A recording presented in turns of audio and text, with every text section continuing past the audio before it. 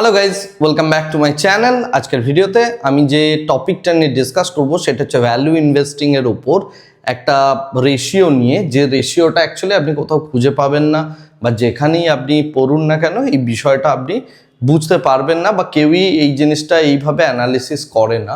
But যারা actually real লাইফে value investing করেন বা বিষয়গুলো বোঝেন, তারা এই সমস্ত বিষয়গুলো নিয়ে অনেক ডিটেলসে চর্চা করেন। সুতরাং এটা একটা এক্সক্লুসিভ ভিডিও এবং পুরো বিষয়টা ডিটেলসে শুনলে বা বুঝলে আপনি ভ্যালু ইনভেস্টিংয়ের মেইন জিনিসটা বুঝতে পারবেন। এবং এর সাথে আমি একটা ছোট্ট স্টক দেখাবো বা শেয়ার দেখাবো, যেখানে এই রেশিওটা কি করে আপনাকে ওয়েলথ বিল্ড আপ হচ্ছে, বা কোথায় পাম্প অ্যান্ড ডাম্প স্কিম হচ্ছে, বা কোথায় আপনার ইনভেস্টমেন্ট করা উচিত নয়, সেই সমস্ত কিছুগুলো আজকের ডেটে বুঝে যাবেন। এবং তার সাথে আমরা যে স্ক্রিনারটা দিচ্ছিলাম সেটাকেও আমি ধীরে ধীরে আরও বেশি ইমপ্রুভ করতে থাকবো।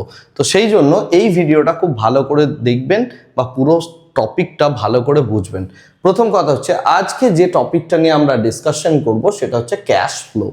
ক্যাশ ফ্লো হচ্ছে যে কোনো বিজনেসের জন্য ভীষণ একটা ইম্পর্টেন্ট জিনিস। অর্থাৎ আপনি ব্যবসা করছেন, সমস্ত কিছু করছেন, কিন্তু বাড়িতে যদি ক্যাশ না আসে, অর্থাৎ বিজনেসের অ্যাকাউন্টে যদি ক্যাশ রিসিভ না হয়, তাহলে সেই বিজনেস যত প্রফিটেবল হোক না কেন তাকে বন্ধ করতে হয়। কারণ তার যদি ক্যাশ না থাকে, সেই ক্যাশটাকে সে কিন্তু কোনোভাবেই ইউজ করতে পারে না। শেয়ার বাজারে প্রচুর ফেক গেম চলে, যেখানে কোনো একটা স্টকের মধ্যে বা শেয়ারের মধ্যে আমরা ফেক র্যালি করিয়ে দিতে পারি। বিভিন্ন রকম ম্যানিপুলেটিভ মেথডস আছে, বাট সেই সমস্ত ম্যানিপুলেটিভ মেথডগুলোকে সরানোর জন্য এই ফান্ডামেন্টাল প্যারামিটারটা সবার আগে দেখাটা খুব জরুরি। তো প্রথমেই বুঝে নেব যে ক্যাশ ফ্লো জিনিসটা কি। ক্যাশ ফ্লো জিনিসটা বলতে যেটা বোঝায় যে যখন কোনো একটা বিজনেস চলছে, সে যখন কোনো একটা প্রোডাক্ট সেল করছে, তখন সে ক্যাশ বা টাকা রিসিভ করছে। সেই টাকাটা তার ব্যাংক অ্যাকাউন্টে এলো এবং তার সাথে সাথে সে বিভিন্ন রকমের খরচা করছে। এমপ্লয়ি কস্ট হতে পারে, কোথাও বাড়ি নিয়েছে, কোথাও রেন্ট নিয়েছে, বিজনেসটাকে চালানোর জন্য ট্রান্সপোর্টেশন কস্ট হতে পারে, কোনো ম্যানুফ্যাকচারিং ইন্ডাস্ট্রি হলে তার র মেটেরিয়াল কস্ট হতে পারে, ইত্যাদি হাজারো রকমের বিজনেসের কস্ট থাকে। ইলেকট্রিসিটি কস্ট, রেন্ট কস্ট, কোনো ইনভেস্টমেন্ট হয়ে থাকলে অর্থাৎ লোন নিয়ে থাকলে তার ইন্টারেস্টের জন্য একটা কস্ট যায়। তো বিভিন্ন রকমভাবে আমরা কস্ট দেখতে পাই। এখন তার যে টাকাটা সে বিজনেস থেকে ইনকাম করছে বা কামাচ্ছে, আর যে টাকাটা তার বেরিয়ে যাচ্ছে, এই দুটোর বিয়োগফল করে যদি ব্যাংক অ্যাকাউন্টে পয়সা থাকে, তবেই সেটা হচ্ছে ক্যাশ ফ্লো। এখন প্রবলেমটা হচ্ছে ক্যাশ ফ্লো আর প্রফিটের মধ্যে একটা বড় ডিফারেন্স আছে। প্রফিট মানে হচ্ছে আপনি রিয়েলাইজ করে নিয়েছেন বা করেননি, অথচ আপনি দেখাচ্ছেন যে আপনার সেলস হয়েছে। সেক্ষেত্রে হয়তো আপনি কোনো আপনার ভেন্ডার আছে যাকে আপনি হয়তো এখনো পেমেন্ট করেননি। এক্সাম্পল দিচ্ছি, বিজনেস সবসময় চলে ধারে, অ্যাকচুয়ালি রিয়েল লাইফ বিজনেস চলে সবসময় ধারে। মনে করুন টাটা মোটরস একটা গাড়ি বানানোর জন্য এমআরএফ এর থেকে প্রচুর পরিমাণে টায়ার নিয়েছে, কিন্তু সেই যে টায়ারের যে পেমেন্টটা, সেই পেমেন্টটা সে এখনো করেনি, রাইট? কিন্তু সে তার অ্যাকাউন্টে দেখিয়ে দিতে পারে যে আমার এই হয়েছে, অমুক হয়েছে, তমুক হয়েছে করে সে দেখাতে পারে তার প্রফিট হয়ে গেছে। কিন্তু যখন পেমেন্টটা করতে যাচ্ছে, তখন দেখছে তার প্রফিটের মধ্যে একটা ঘাটতি আসছে, বা তার ক্যাশের মধ্যে ঘাটতি আসছে। এরকম বিভিন্ন রকমের বিজনেসের সিচুয়েশনস হয়। তো সেই টাইপের সিচুয়েশনসগুলোকে আমরা যারা ইনভেস্টার হন, তারা অ্যাকচুয়ালি প্রোমোটাররা যখন কোনো একটা রিপোর্ট বানাচ্ছে বা কোনো একটা রিপোর্ট পাবলিশ করছে, তারা সবসময় দেখায় প্রফিট। আর ম্যাক্সিমাম জায়গাতেই এই প্রফিট দেখেই প্রচুর জন ইনভেস্টমেন্ট করে দেন।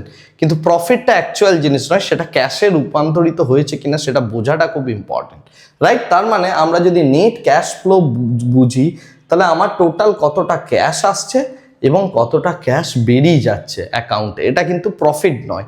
এটা হচ্ছে আমরা লেজার দেখে পাবো যে আমার অ্যাকচুয়ালি কতটা ক্যাশ আসছে এবং কতটা ক্যাশ অ্যাকচুয়ালি আমার বেরিয়ে যাচ্ছে, রাইট? এখন সেই সেন্সে দেখতে গেলে টোটাল ক্যাশ ফ্লোকে আমরা তিনটে ভাগে ভাগ করতে পারি।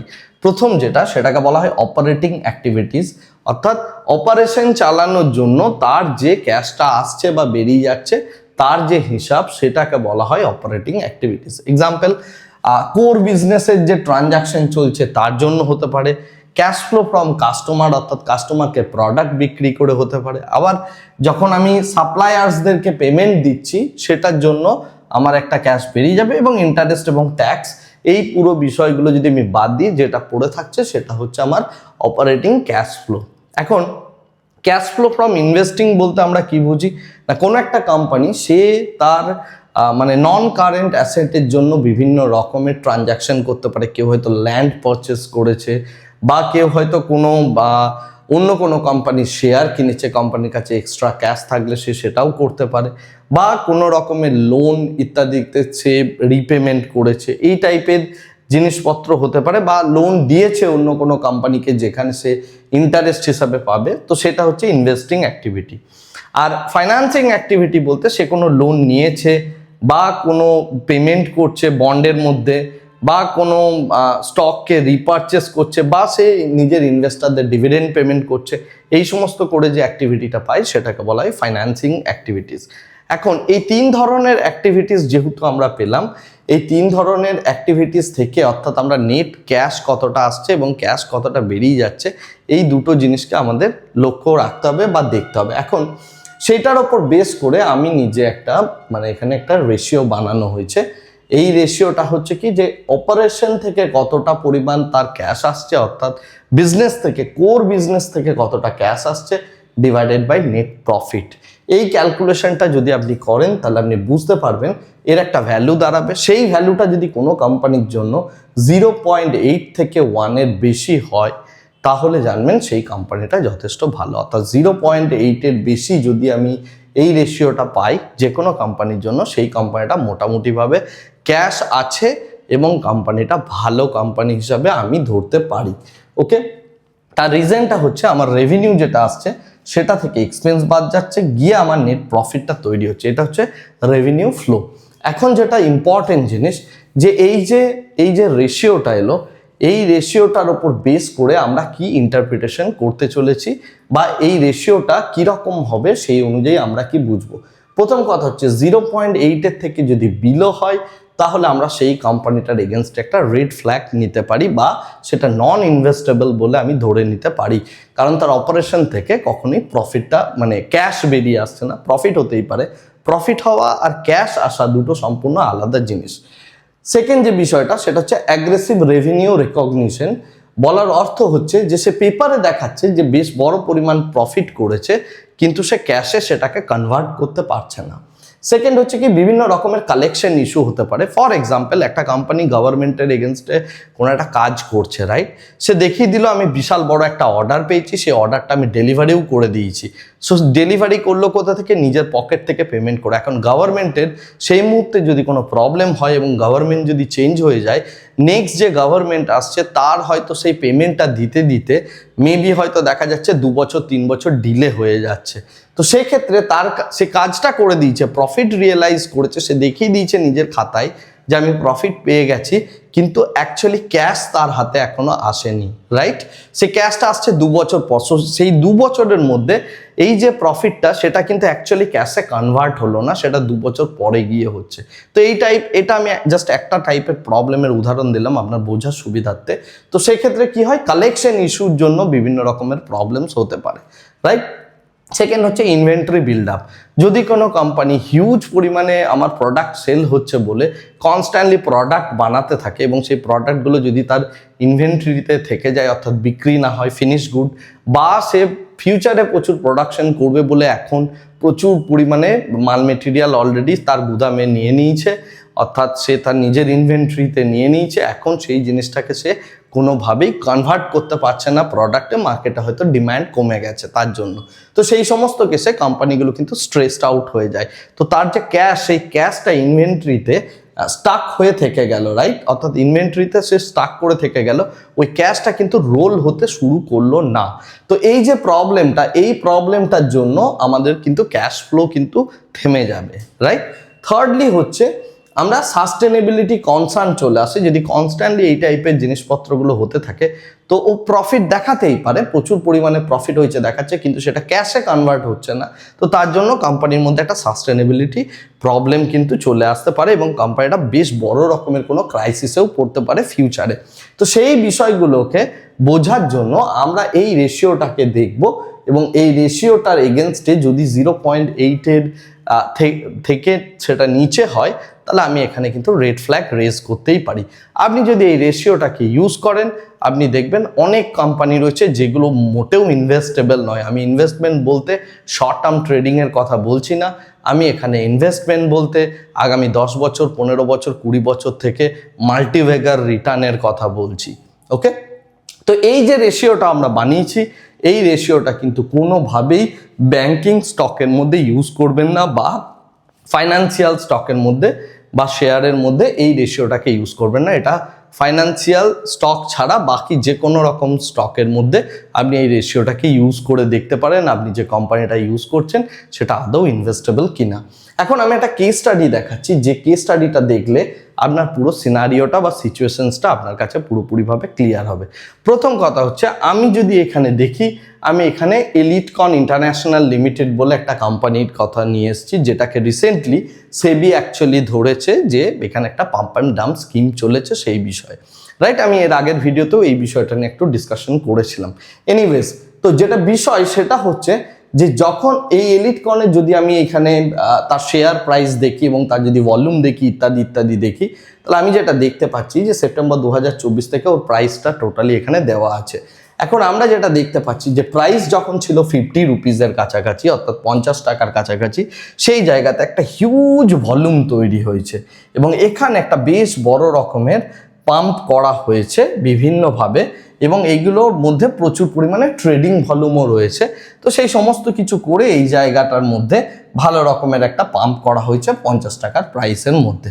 তারপরে শেয়ার প্রাইসটা ধীরে ধীরে ধীরে ধীরে বাড়তে বাড়তে উইদিন 1 ইয়ার শেয়ার প্রাইসটা গিয়ে পৌঁছেছে 402 টাকায়। এই জায়গাতে কি হয়, বিভিন্ন company, news channel, news portal, তারা এসে বিভিন্ন রকমভাবে বলতে থাকে এই কোম্পানিটায় আগামী দিনের ফিউচার ইত্যাদি ইত্যাদি। আপনার মনের মধ্যে একটা থট প্রসেস চলে আসে যে 50 টাকা থেকে 400 টাকা হয়েছে, 8 গুণ হয়েছে, আগামী হয়তো 1 বছরের মধ্যে এইটা হয়তো আমার টাকাটা ডাবল করে দেবে, রাইট? এবং আপনি কি করেন, এই জায়গাগুলোতে ইনভেস্টমেন্ট করেন, রাইট? বা করার কথা ভাবেন, বা এই সমস্ত জায়গাগুলোই আপনি ইনভেস্টমেন্ট করার কথা ভাবেন। তো এই টাইপের সিনারিও যখন হয়, তখন এই কোম্পানির যারা মেইন চতুর ইনভেস্টার, যারা অ্যাকচুয়ালি গেমটা প্লে করছে, তারা কি করে, তারা এই জায়গাটায় ডাম্প করে দেয়, অর্থাৎ বেচে দেয়। এবং এটা বেচে দেওয়ার পর তারপর থেকে আমি এটাকে পুরো আবার ডাউন ট্রেন্ডে আসতে দেখলাম, এবং এইখানে যখন তারা বেচে তারপরে কিন্তু আপনার আর কোনো রকম এক্সিটের সুযোগ নেই। তারপরে যতজন এন্ট্রি করে তারা সবাই লস করে, রাইট? এই টাইপের সিনারিও আমরা প্রচুর দেখেছি। নাও কোয়েশ্চেনটা হচ্ছে এটা, যে এই সিনারিওটা থেকে আমি কি করে বাঁচবো, বা আমি যে রেশিওটা আজকে দেখালাম সেই রেশিওটা কি করে আপনাকে বাঁচাবে। তো যাই হোক, আমরা যেটা দেখছিলাম এলিটকন ইন্টারন্যাশনাল, এর পরে আমরা যেটা দেখব সেটা হচ্ছে এর ক্যাশ ফ্লো। তো আমরা যদি সোজা চলে যাই এলিটকন ইন্টারন্যাশনালের ক্যাশ ফ্লো এবং প্রফিটেবিলিটি, তাহলে দেখি এখানে কি করে ম্যানিপুলেশন হচ্ছে, আর আমি যে রেশিওটা বললাম বা ক্যাশ ফ্লো কি করে আপনাকে এই জায়গা থেকে বাঁচাচ্ছে। প্রথম কথা হচ্ছে, যদি আমি সেলস দেখি, এক্সপেন্স রেশিও দেখি, সমস্ত কিছু দেখি, 2015-তে এই কোম্পানিটা 0 প্রফিট, 2016 মার্চেও 0 প্রফিট, পরবর্তীকালেও দেখিয়েছে বেশ বড় রকম প্রফিট, আজকের ডেটেও এখানে বেশ বড় রকমের প্রফিট দেখানো হয়েছে 336 কোটি টাকার কাছাকাছি। তো এই সমস্ত ফিগারগুলো দেখে ম্যাক্সিমাম জন অ্যাকচুয়ালি এটা ভাবতে পারেন, আরে কোম্পানি তো বেশ ভালো প্রফিট করছে। ফর এক্সাম্পল, আমি যদি প্রফিট বিফোর ট্যাক্স দেখি, এখানে 70 কোটি টাকার কাছাকাছি প্রফিট বিফোর ট্যাক্স আছে, রাইট? সুতরাং কোম্পানি বেশ বড় রকমের প্রফিট করছে। 0 প্রফিট থেকে 2016 মাঝখানের ফাইন্যান্সিয়াল ডেটা পাওয়া যায়নি। তো যাই হোক, 2016 পরবর্তীকালে যখন 2025-এর প্রফিট দেখাচ্ছে নিজের, বা পরেও আমরা দেখতে পাচ্ছি যে আরও বেশি পরিমাণ প্রফিট আসছে, ম্যাক্সিমাম জন এই জায়গাটার মধ্যে ট্র্যাপে পড়ে যায়। নাও এবারে ক্যাশ ফ্লো কী করে আপনাকে বাঁচাচ্ছে সেই বিষয়টা দেখি। আমরা যদি ক্যাশ ফ্লো সম্পর্কে আমি এতক্ষণ অবধি যা বললাম, operating activity, investing activity, financing activity, তিনটে মানে পয়েন্টকে যদি রাখি, ফ্রি ক্যাশ ফ্লো, সমস্ত পয়েন্টগুলোকে যদি আমি এক জায়গায় রাখি, আমি যেটা দেখতে পাচ্ছি সেটা হচ্ছে মার্চ মাসে এই জায়গাতে আমার কিন্তু নেট নেগেটিভ ক্যাশ ফ্লো আছে, অর্থাৎ কোম্পানির পকেট থেকে পয়সা বেরিয়েছে।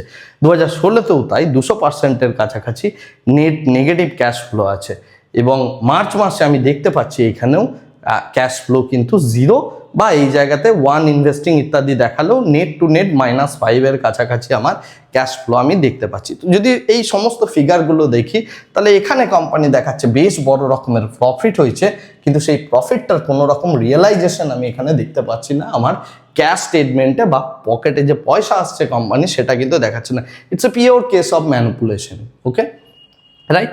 তার জন্য কি হলো আলটিমেটলি, এই যে লং ইনভেস্টাররা ছিল, যারা ছিল, তারা অ্যাকচুয়ালি ট্র্যাপড হয়ে গেল। এই ট্র্যাপিংয়ের কেসগুলো ঘটে যাওয়ার পরেই একমাত্র এইগুলোর মানে ইনভেস্টিগেশন হয় এবং তারপরেই সেবি এই বিষয়গুলো বুঝতে পারে। বাট আপনি যদি ইনভেস্টার হন তাহলে এই টাইপের ট্র্যাপিং অ্যাক্টিভিটি বা এই টাইপের যে বুম সাইকেলগুলো চলছে সেইগুলোতে কিন্তু আপনি ইজিলি বাঁচতে পারেন, শুধুমাত্র ক্যাশ ফ্লো স্টেটমেন্টটা যদি কি করে রিড করতে হয় সেটা যদি জানেন, বা আমি যে রেশিওটা দিলাম সেই রেশিওটা যদি দেখেন। কারণ আমার রেশিওটা কোনোভাবেই এই সিনারিওগুলোকে মোটেও স্যাটিসফাই করে না, রাইট? তো আশা করি আপনি বুঝতে পারলেন যে কি করে আমাদের এই রেশিওটাকে ইউজ করতে হবে। এখন যেটা ইম্পর্টেন্ট জিনিস, আমরা এই সিরিজের মধ্যে টোটাল 3খানা রেশিও পড়েছিলাম আগের দিন। যে একটা ছিল হচ্ছে সেলস গ্রোথ, তারপরে ছিল প্রফিট গ্রোথ, তারপরে আমরা পড়েছি ইন্টারেস্ট কভারেজ রেশিও, আর আজকের ডেটে পড়লাম সিএফও অর্থাৎ cash flow from operation two net profit. তো এইটার ভ্যালুটাও হতে হবে গ্রেটার দেন 0.8। একটা জিনিস শুধু মাথায় রাখবেন, এই যে 4 নাম্বার প্যারামিটারটা দিলাম এটা ব্যাংকিং স্টকের জন্য বা ফাইন্যান্সিয়াল স্টকের জন্য মোটেও ইমপ্লিমেন্ট হবে না। সুতরাং এই 4টে ক্রাইটেরিয়া আপাততভাবে আমরা ইউজ করব, করে আমি আবার এখান থেকে স্টকগুলোকে বাছা শুরু করব। তো এই সমস্ত কিছু করলে মার্কেটে যত বাজে স্টক আছে সেই সমস্ত শেয়ারগুলো আপনার হাত থেকে পুরোপুরিভাবে বেরিয়ে যাবে। আপনি অ্যাকচুয়ালি এক্স্যাক্টলি যে সমস্ত স্ট্রং ফাইন্যান্সিয়ালের কোম্পানিগুলো সেইগুলো থাকবেন। এই অবধি এটা ভেবে নেবেন না যে এই প্রোগ্রামটা বা এই জিনিসটা এখানেই শেষ। আমরা নেক্সট উইকে নেক্সট স্যাটারডেতে আবার একটা ভিডিও নিয়ে আসবো এবং ধীরে ধীরে এই ক্রাইটেরিয়াটাকে আমি অনেক বেশি টাইট করব, যাতে নাম্বার অফ শেয়ার অনেক কম থাকে এবং আমরা কি করে কোয়ালিটির শেয়ার বের করতে পারি সেই বিষয়টার উপরেই পুরো এই ভ্যালু ইনভেস্টিংয়ের সিরিজটা। আজকের ভিডিওটাকে আর এর থেকে বেশি দীর্ঘায়িত করছি না, ভিডিওটাকে এই জায়গাতেই স্টপ করছি। Thank you very much, bye bye, tata.